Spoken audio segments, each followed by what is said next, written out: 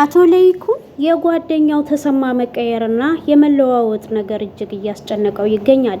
ገነት እንደበደባት ተብሎ እንደሰማ በባለፈው እንደተመለከታችሁት በሚጠጣበት ቦታ ሄዶ ቆይ አንተ ምን አይነት ሰው ነክ ብሎ ሲጠይቀውም እሱ ትናንትም ዛሬም እንደዛው አንድ ሰው እንደሆነ ይነግረዋል። እኔ ዛሬ ሀብታም ስለሆንኩኝና በአጭር ሀብታም ስለሆንኩ ነው ወይ እንደዚህ የምትሆነው? እርግጠኛ ነኝ ገነት ናት የላከችክ ብሎ ይለዋል። እሱም እንዴት አንተ ማን ስለሆንክ ነው እጅህን የምታነሳባት ብሎ ሲጠይቀውም እሱም ደግሞ ቤቱን እንደሆነ የሰጠከኝ እንድጠቀምበት መሰለኝ ብሎ ይለዋል። እኔ ስለ ቤቱ አልጠየቅኩህም። እኔ አቶ ለይኩን የሰጠውትን ነገር መልሼ የምቀበል ወይም የማስታውስ ሰው አይደለውም። ቤቱም ቢሆን ደግሞ ለሁለት ነው እንጂ የሰጠኋችሁ ለአንተ ብቻ አይደለም ብሎ ያስረዳዋል። ይህንን ጊዜ ተሰማም ራሷ እኮ ናት ትንሽ ሞቅ ብሎኝ ስለነበረ እኔ እጄን አንስቼ ትንሽ ነካ ባደርጋት እሷ ግን አሻፈረኝ ብላ ቤቱን ለቃ ወጥታለች ብሎ ይለዋል። ይሄንን ጊዜ ያው እሱ የሚችለውን ምክር ሊመክረው ቢሞክርም ባለቤትህ ናት የአንተን እየቀየረችክና በእሷ ትዕዛዝ ነው የምትሄደው ሲለው አቶ ለይኩን ይህንን መቋቋም አቅቶት ጥርሱን በጥፊ ሲመታው ጥርሱ እንዲደማ አድርጎታል። እንግዲህ አቶ ለይኩንም እጅግ ተናዶ ነበረ ወደ ቤት የተመለሰው። ሮማንም መንገድ ላይ ጠብቃ መኪናዋን ፓርኪንግ አድርጋ አምራንን እየጠበቀቻት ነበረ። አንቺ የማትረቢ ብላ ስትላትም እሷም እንዴ ምነው ደነገጥሽ? ሴጣን ያየሽ እኮ መሰለሽ ብላ ሮማን ስትጠይቃት እሷም እንግዲህ ይሄው ትልቁ ሴጣን ፊቴ ቆሞ የለም ወይ ብላ ትላታለች። እንግዲህ ሮማን በጥፊ ልትመታት ስትል አምራን ንቀት አደርግና መኪናዋ ላይ ታስደግፋታለች። ይሄንን ጊዜ አንቺ ምን እያደረግሽ ነው ብላ ስትላትም እኔማ ማድርገውን አሳይሻለሁ ብላ ከበርሷ ውስጥ እንግዲህ የቅንድብ መላጫ ታወጣና አሁን አንገትሽን ነው የምቀነድብልሽ በዚህ በቅንድብ መላጫ ትላታለች። ምክንያቱም ሮማን የምትፈልገውን ነገር ለማድረግ ሰዎችን በማስፈራራትና በገንዘቧ ሰውን መግዛት የምትወድ ሴት ናት። ነገር ግን አምራን ደግሞ በድጋሚ ስሜን ላስተዋውቅሽ እኔ አምራን እባላለሁኝ ባንቺ ምክንያት የምወደውን ሰው አጥቻለሁኝ ብላ ስትላት ሮማን ይሄንን ጊዜ ይሄ ያንቺ ችግር እንጂ የኔ አይደለም ትላታለች።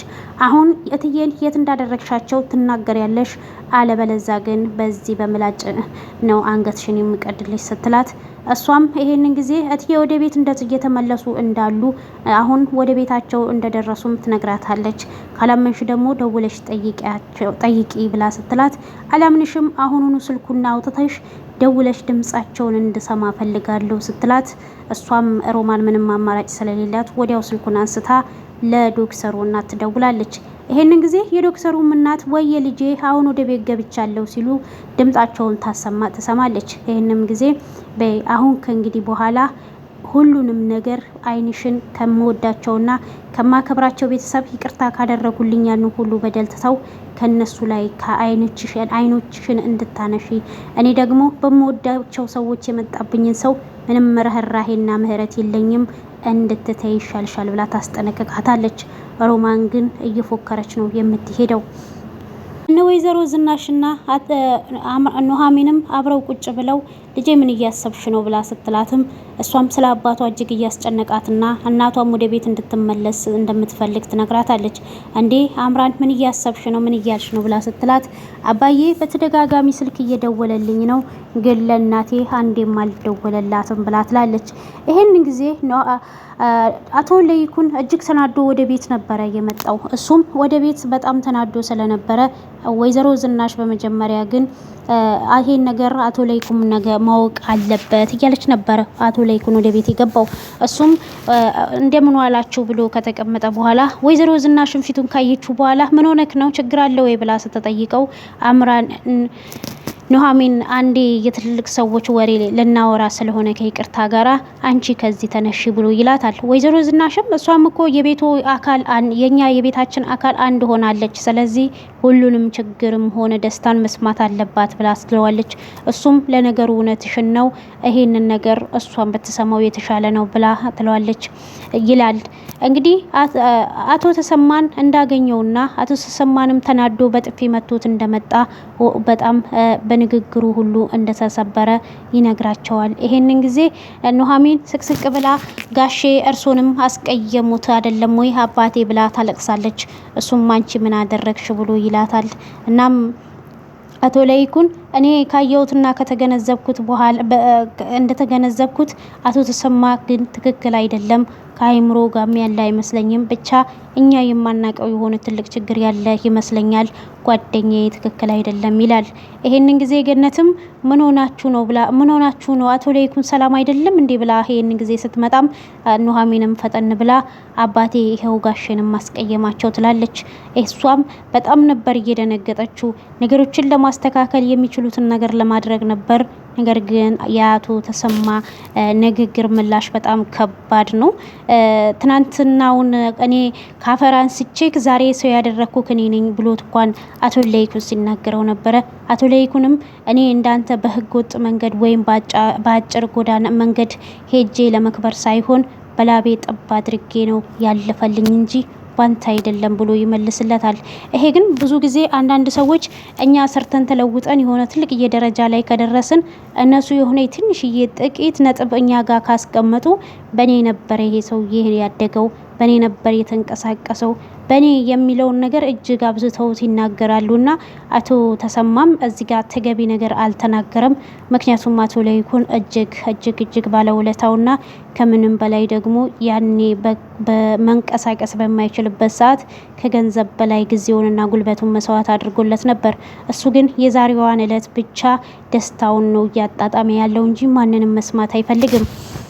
እናም እንግዲህ የመጨረሻውን ቦምቧን አፈንድታ ትገኛለች። ለዳግም በቃ ከእንግዲህ በኋላ የእውነቱን ስነግርክ አልቻልኩም፣ ካንተ ፎንቀቀኛል ብላ ትለዋለች። እሱም ምን ማለትሽ ነው ብሎ ሲላታል። አንተ እያወክ ነው ወይስ አይገባክም? እኔ ፍቅር ይዞኛል፣ እናም ካንተ የያዘኝ ፍቅር ጨምድዶኛል ብላ ትለዋለች። ዳግምም አንቺ ቆይ ፊቴን አይተሽ አትረጅም ወይ? እኔም እኮ ካንቺ ፎንቃ ይዞኛል ብሎ ይላታል። እሷም እዚህ ጋር በጣም ደስ ትላለች። ያኔ ከእንግዲህ በኋላ መቼም እንዳትሰርቂ፣ ከእንግዲህ በኋላ መቼም ሌላ ነገር እንዳታስቢ ብሎ ይላታል። እሷም ይሄንን ካልሰረኩ በምን ሰርቼ ያድራለሁ ብላ ስትለውም እኔ አስተዳድርሻለሁ፣ እኔ ቤት ኪራይ ከፍልልሻለሁ ብሎ ይላታል። እሷም እንግዲህ እስር ቤት በመግባቴ ነው የጠቀመኝ፣ ምክንያቱም ያንተን ልብ ራሱ ውስጥ በመኖሬን ያወቅኩት በዛ ነው ብላ ትለዋለች።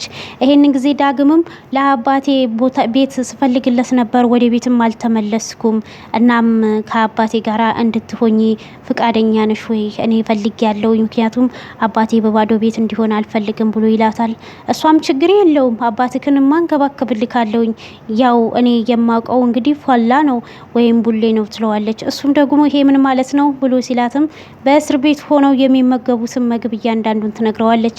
የምስር ወጥ ሲሰራ እንዲህ በፍሬ እንኳን 5 አትገኝም፣ ስጋ ሲሆንማ ውሃ እንኳን ወፍራም ነው ብላ ትለዋለች።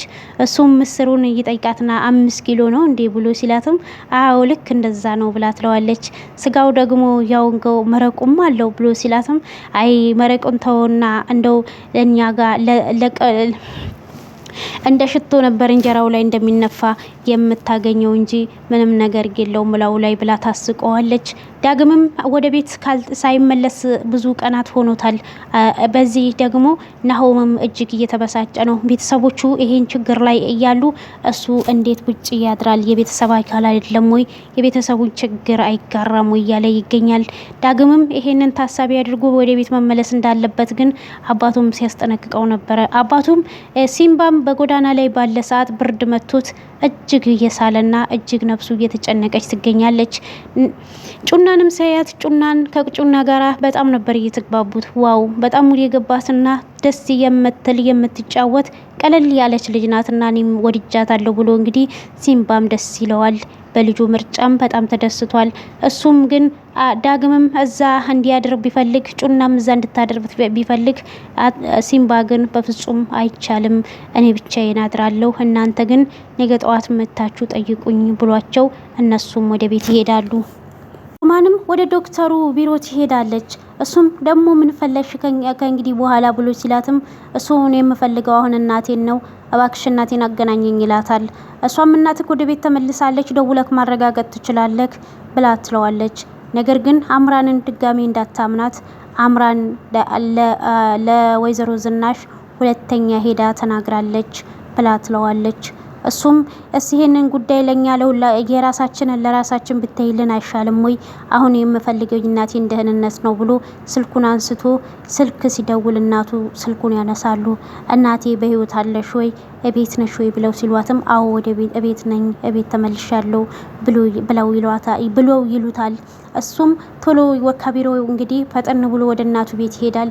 ወደ እናቱ ቤት ሲሄድ አምራንም ቤት ነበረችና እማዬ ብሎ ሲጣራ አምራን ትመጣለች። እንዴ አምራን አንቺ መጥተሽ ነበር እንዴ ብሎ ሲላትም አዎ በላሁን እንግዲህ ከፈለክ አባረኝ ከፈለክ ደግሞ የፈለከውን ነገር ተናገረኝ ብላ ስትለውም እሱም ደግሞ እማዬ የታለች ብሎ ሲላትም እማዬ አሁን ተኝተዋል እረፍት ላይ ናቸው አስረብሻቸው ትለዋለች። እሱም ደግሞ አሁን ያኮ አለፈ ትናንት ለትናንት ተው ነው እኔም እኮ ያንን እሷም ይሄንን እኮ ያደረኩት እኔ በድጋሚ ያ ቤተሰብ እንዲጎዳ አልፈልግም፣ ያ ቤተሰብ እምነቴን እንዲያጣ አልፈልግም በፍጹም ብላ ስትለው እኔም እኮ ለእናቴ ብዬ ነው እንጂ ተገቢ ያልሆነን ስራ የሰራው ታውቃለሁ። እኔም እኮ እነሱን መጉዳት አልፈልግም፣ ግን እናቴን ለማዳን ይሄንን አስገደደኝ ብሎ ይላታል። እናም ትናንትናቸውን ረስተው ዛሬ እንደ አዲስ መቀጠል እንዳለባቸው ይነግራታል።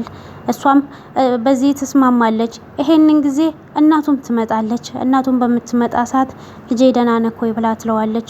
እሱም ይሄንን ጊዜ እኔ ደህና ነኝ እማዬ አንቺ እንዴት ነሽ ብሎ ሲጠይቃት እኔ ምልክ የኔ ልጅ ከዚህ በፊት ጠላት አለክ እንዴ ብለው ሲጠይቁት እሱም በጣም ይደነግጥና አይ እኔ ጠላት የለኝም ብሎ ይላል። ይህን ጊዜ አምራን ፈጠነትልና አንድ ጊዜ በሕክምና ስህተት የሆነ ጉዳት ደርሶ ነበር ብላ ትላለች። ይህን ጊዜ ዶክተሩ መለስ ሲልና አዎ እንደዛ ነው ብሎ ለእናቱ ይመልስላታል። እናቱም ይሄንን ጊዜ ይቺ የማትረባ ኮተት እሷ ልብህን ሰርቃው መቼ ስራህን በስርዓት ትሰራለክ ብለው እንግዲህ ወደ አምራን ሲመለሱ አምራንም ይሄ ነገር የሆነው ከኔ በፊት እንጂ ከኔ አሁን ባለውበት ሰዓት አይደለም ብላ ታስረዳቸዋለች። አምራንን አልወደዷትም። እሷም አረፍ በሉ በቃ ምግብ ሰርቻለሁ ብላ አምራን ብትናገርም አንቺ የት ምግብ መስራት ታውቂና ነው ብላ ትላለች። እናም አንቺ የሰራሽውን ምግብ ነው የምበላው ምግብማ ሮማን ትስራ ብላ አሮጊቷ ይመልሳሉ። ይህን ጊዜ አምራን እንዴት ቢያወዳድሩኝ ከሮማን ጋር ያወዳድሩኛል ብላ እጅግ ትናደዳለች። ምክንያቱም የሮማንን እንኳን ስም መስማት ይቅርና እንኳን የእሷ ምግብ ይጣፍጣል ብለዋት እንዲሁም ትጠላታለች። ምክንያቱም የምትጠላት ደግሞ በድርጊቷ ነው። ሪች ወደ ቀድሞ ሱሷ ተመልሳለች። ሪችን ካለችበት ነገር ለማውጣት አምራንና ጩናም እጅግ እየተረባረቡ ይገኛሉ። እሷ ግን የኔ ህመም አይሰማችሁም? የኔ ቁስል ግን ማን ነው የሚረዳኝ? እናንተ ሁላችሁም የራሳችሁ ስሜት ነው እንጂ የምታንጸባርቁብኝ። እባክሽ ጩና መቼም ልትመክርኝ እንዳይሆን ብላ ስትላትም አይ ልመክርሽ ሳይሆን ልነግርሽ ነው ብላ ትላታለች።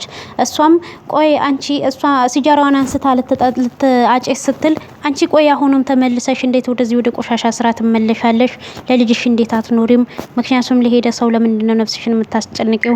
ለምን የራስሽን ህይወት አትኖሪም ብላ ስትቆጣትም ሁላችሁም የኔን ህመምና ቁስል መቼ ያያችሁ ብላ ትመልስላታለች። ይሄንን ጊዜ የምትአጨሰውን መቼም እሷ ከዚህ ህይወት ውስጥ እንዳልወጣች ነበር የምታስበው። ጩና ግን ያንን ህይወት በጣም እንደጠላችውና በጣም ቆሻሻ እንደሆነ ታስረዳታለች። ይሄንን ጊዜ ሪችም በፍጹም የኤርሚያስ ፍቅር ሊወጣላት እንዳልቻለና ሰዎች እንዳልተረዷት ከሱ ውጪ ማንንም ማሰብ እንደማትችል እናም ደግሞ ኤሚን ተንበርክኮ ቀለበት በማድረጉ በጣም ነበር እየተበሳጨችው። የማንንም ምክር አልሰማም ብላ እንግዲህ ሲጃራዋን እያቦነነች ትገኛለች። በስተመጨረሻም አምራንም ወደ እሷ ጋር መታ አሁንስ ምንድነው እየሰራሽ ያለሽው ብላ ብትጠይቃትም እሷም ግን ያው የዛው የትናንትናዋ ላይ ነው ያለችው። እናም ግን አሁን ላይ አንቺ ደስታና ያንቺ ፈገግታ ሀሴት የምታደርጊው ለልጅሽ ስትኖሪ ነው። ልጅሽ ላንቺ ማንነትሽ ናት፣ ኤርሚያስ ሳይሆን ያንቺ የመኖር ተስፋ ከፈጣሪ ፈታይ ልጅሽ ናት ብላ ስትላትም እሷ ደግሞ ልጅ አይደለችም አባቷ ነው ብላ ትላለች። ይህን ጊዜ አምራንም ስልክ ኤርሚያስ እንደደወለላት ታስመስልና ሄሎ ኤርሚ ብላ ስትልም እንግዲህ ልጇ በመኪና የሆነ አደጋ እንደደረሰባት አድርጋ ምን የምን አደጋ ብላ እንግዲህ ራሷን በራሷ እየመለሰች የት አካባቢ ነው ያለችው የት ናት ብላ በስልክ ስታወራ እርቺን ጊዜ መቋቋም አቅቷት ልጄ ምን ሆናለች የት ነው ያለችው የምን ሆስፒታል ነው የገባችው ምንስ አደጋ ነው የደረሰባት ብላ እየጮኸች እያለ እሷም ይሄንን ጊዜ ተረጋጊ ኤርሚያስ አልደወለም ያይሽ አይደለ ልጄን አልፈልጋትም ለልጄ ቦታ የለኝም የምትዩን ነገር አይሽ አንቺ መኖር ያለብሽ ለልጅሽ ነው ለልጅሽን ቦታ አለሽ ብላ ትላታለች። ይሄንን ጊዜ አምራን ትልቅ የሲስተምና ዘዴ ነው የተጠቀመችው። ምክንያቱም የልጇን የምትወደውን እንደምትወዳትና እንደማትወዳት ልታረጋግጥ ነበረ። እዛ ጋም ግን አረጋግጣለች። በእውነት እኮ ነው አንድ ወንድ ልጅ ሊሄድ ይችላል። ነገር ግን ደግሞ የአብራክ ክፋይ እንግዲህ ልጇ እያለች ለልጇን ለሰው ሰጥታ እሷ ቆሻሻ ህይወት ውስጥ ትስራ ትኑር የሚል አስተሳሰብ ማንኛውም ሰው አያስብም። ምክንያቱም ይደብራል። የዳግም አባት እጅግ እያስመለሰውና እጅግ እያሳለው ይገኛል። በስተመጨረሻም ራሱን ስቶ ነው የሚገኘው። ማንም እቤት ውስጥ የለም።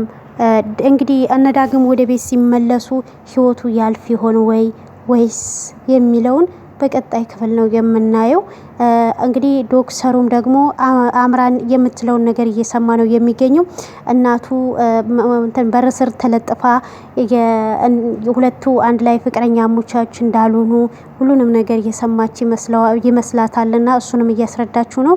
እናም አርግዢ ብለዋት እንዳሏትም ለዶክተሩ ስትነግር ዶክተሩን ታዲያ አንቺ ለምን አታረግዥም እያላት ይገኛል። በቀጣይ ክፍል ላይ እንግዲህ ኑሃሚን ድራማ ምን ይፈጠራል የሚለውን ምክንያቱም የሲምባ ህይወቱ ካለፈ ትንሽ ይደብራል።